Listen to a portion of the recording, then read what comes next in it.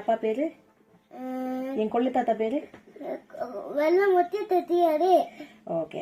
மணி தாத்தாக்கும் ஜுப்பாவாக்கும் எத்தனை பசங்க? தெரியல. எத்தனை பசங்க? எத்தனை பசங்களா? யார் யாரு? தேவியவா, சாந்தியவா, பொன்னவா.